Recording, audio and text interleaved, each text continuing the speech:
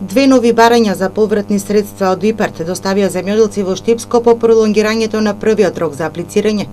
Доставената документација е за мерките во примарното земјоделско производство, односно за набавка на нова земјоделска механизација, информираат од регионалниот центар за политики и развој на земјоделството во Штип.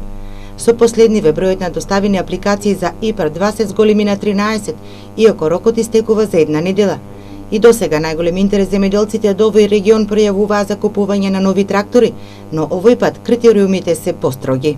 Во ИПАРД еден критериумите за аплицирање беа помали, сега се поголеми, значи за да се аплицира за трактор треба да се има минимум 2 хектара обработлива земјоделска површина и плюс барем уште 1 хектар за да се овозможи таа мерка за добра земјоделска пракса, односно плодоред, значи треба да се има минимум 3 хектара обработливо земјоделско земјиште за да може да се аплицира за трактор, за приклучна механизација минимум 1 хектар.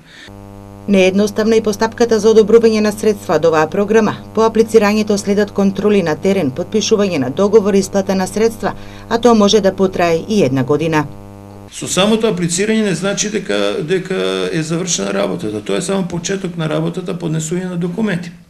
После следува постапка на контрола на административна контрола на документацијата, потоа доаѓа контрола на терен, па утврдување на фактичка состојба, склучување на договор, па имплементација на проект со набавки на сите основни средства, пред контрола пред исплата, па дури тогаш доставуваме барање за исплата, решение за исплата, значи има постапка што трае некаде околу една година. Земјоделците во старт се судрија со проблеми околу аплицирањето на првиот повик за средства од новата ИПАРД-2 надоградена програма, која предвиде и нови мерки за кофинансирање. Првпат влегоа житарките, фуражните и индустриските култури. Рокот за доставување на барањата од 23 јуни, а во интерес на земјоделците се продолжи до 21 јули.